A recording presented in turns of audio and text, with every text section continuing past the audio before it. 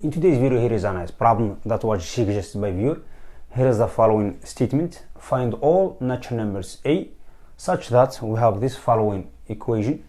We have this following setup. We have e cubed plus e times is multiplied by e squared plus 17a plus 10 is a perfect square. Okay, so we are going to find the value of a in order to have the whole term as a perfect square. Okay, in fact this problem isn't hard, but it has a special trick. Okay, you guys, you can give the choice to this problem prior getting to the solution. Go ahead, pause this video when you come back to see solution. Okay, so by the way, don't forget to support us with your like and subscribe. So let's jump into the solution now. So let's put this one on the form of the polynomial. So let's set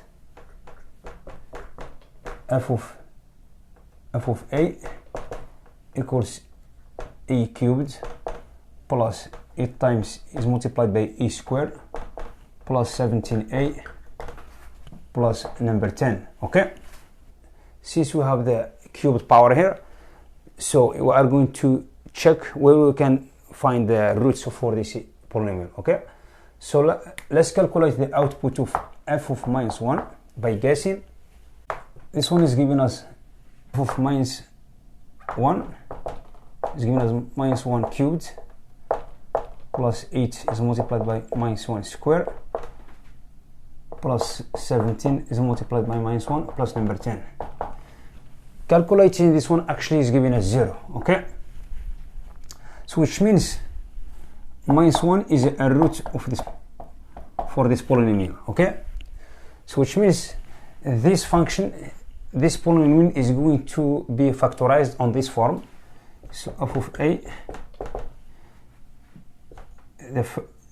since we have minus 1 is a root, so which means you will have a plus number 1 factor something. Okay, like this.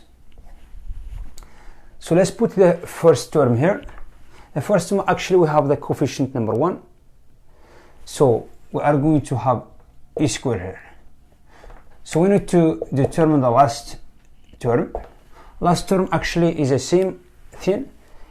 We have number 10 here, which means I'm going to put also number 10 here, because at the end when you multiply number 1 by this one is giving us number 10 here. So the only thing left, the middle term. The middle term, actually this term must be on the form of the a form, like this. If I'm going to put 7a here, then multiplying this one by this one, I get 7a squared. We almost to get to the 8a squared. Number 1, when you multiply this number 1 by 7a, you get 7a. Okay, then if you take a look at the last term, we get 10 is multiplied by a, which is 10a. 10a, which is plus 7a, you get 17a, which means the missing term must be 7a here. Okay, you guys, you can factor this one out. You can use the delta as a discriminant or factorization strategy, whatever it is. So in the end, you will find f of a equals a plus number 1 factor a plus number 2 factor a plus number 5, like this. Okay, since we are talking about a perfect square, which means the whole term to be a perfect square is going to be written on this form, x squared.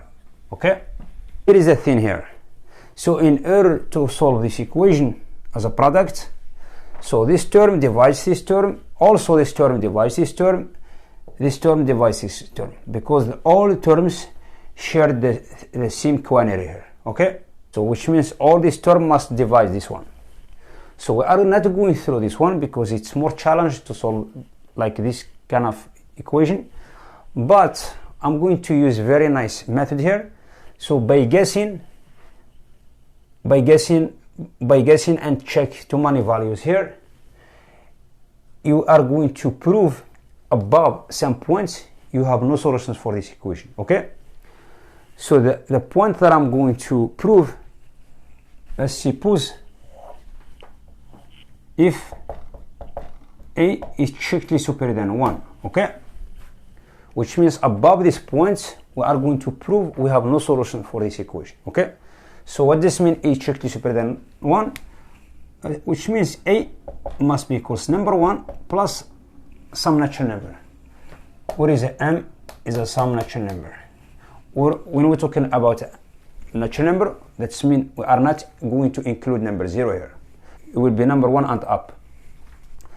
So I'm going to take this value of a and replace it into the setup to see what's given us. Okay, so I will have the following. I will have m becomes m plus 2 factor m plus 3 factor m plus 6 equals x squared as a perfect square. Okay, as we know, a perfect square, if you try to reduce this one to mod 4, you get only 0 or 1 mod 4. So I'm going to check this one when we have a table. I'm going to do the table for this one. So I'm not going to do the separate table. I'm going to do only one table. Okay, so it's very simple here. So by reducing this one to mod 4 first, so I'm going to leave this m plus 2 as is it. This one, this number 3, if I'm going to reduce number 3 to the mod 4, I'm going to put it on this form, 4 minus 1. Okay, so we'll have here m plus 4 minus number 1 factor m plus 4 plus number 2 is a congruent to 0 or 1 mod 4. We don't know yet is 0 or 1. Okay, but if you have x is a even, which means you have 0 mod 4. If x is a odd, we are going to pick up number 1 mod 4. Okay, so by reducing this one to mod 4, this one it will be 0, this one will be 0. I will be left only with the following. I get here m minus 1 factor m plus 2 is multiplied by m plus 2, which is m plus 2 quinary square. Okay,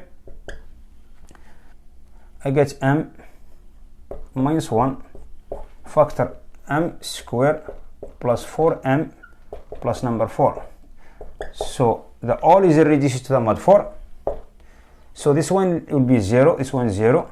I will be left with the following: m is multiplied by m is multiplied by m minus number 1 is a congruent to 0, 1 mod 4.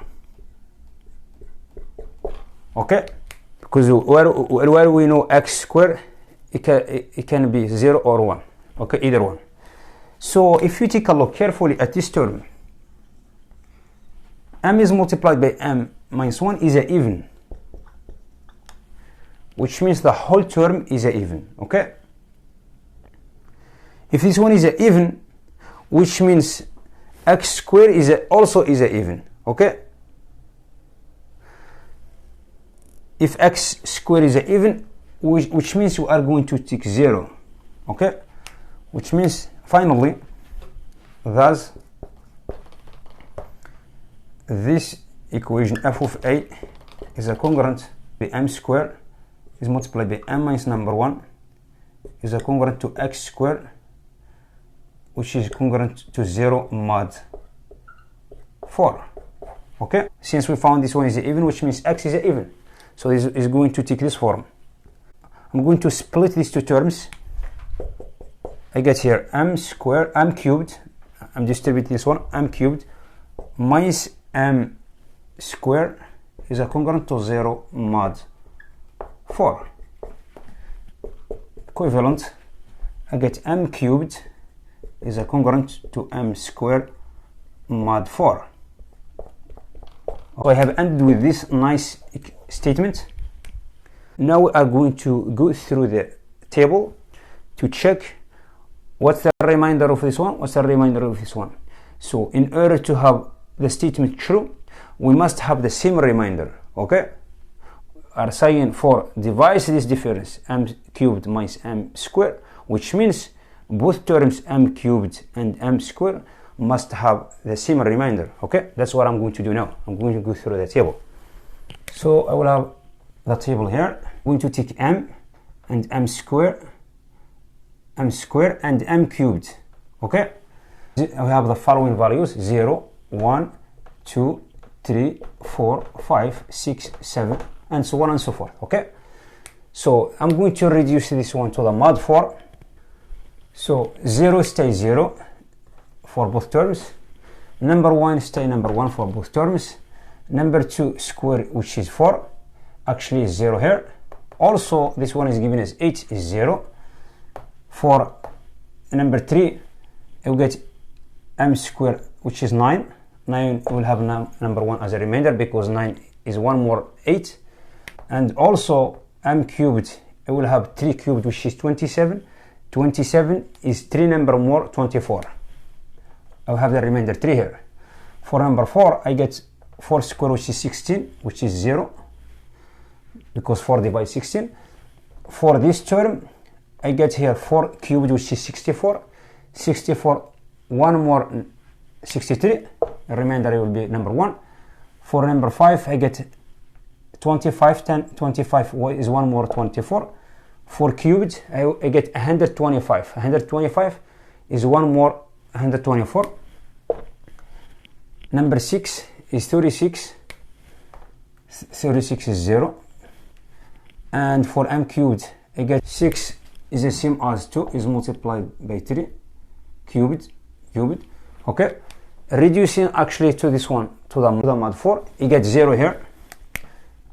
0 is multiplied by 0 is giving us 0. Okay, which means this one is 0. Okay, let's check the last one. 7 square, which is 49. 49 is 1 more 48, which is remainder number 1 for m square. For m cubed I get 7 to the 3. 7 to the 3 actually is the same as 7 square is multiplied by 7. So actually 7, if I'm going to reduce it to mod 4, I get remainder 3 here. Remainder 3. So actually we are going to stop here. This is enough because this we have a kind of repeating here. 103, 103. Okay, so which means in order to have this statement true, we must have the same remainder everywhere. So for this one 0 is okay, 1 is okay, 0 is okay, but this one is not okay. This is not okay. This is not okay. So in order to have this statement true, we must have the same remainder for both terms, m square and m cubed, the same everywhere. Okay, but we have the problem here. So the remainder at this point 3, we found the different remainders, and also at this point 7 we found the remainders different. Okay, which means this statement it's impossible to be true, which means we have no solutions above this point. Since we have no solutions above this point, which means a must be equals 1. Okay, now for verification purposes, plug in this value of a as a number 1 into the previous equation to check this one. Okay, so here I will have 1 cubed, I have 1 plus 8, which is 9, plus 17, which is 26, plus 10, which is 36. 36 is the same as 6 square, which is a perfect square. Okay, so I have undo this video. If you have any question or suggestion, just put it in the comment section below.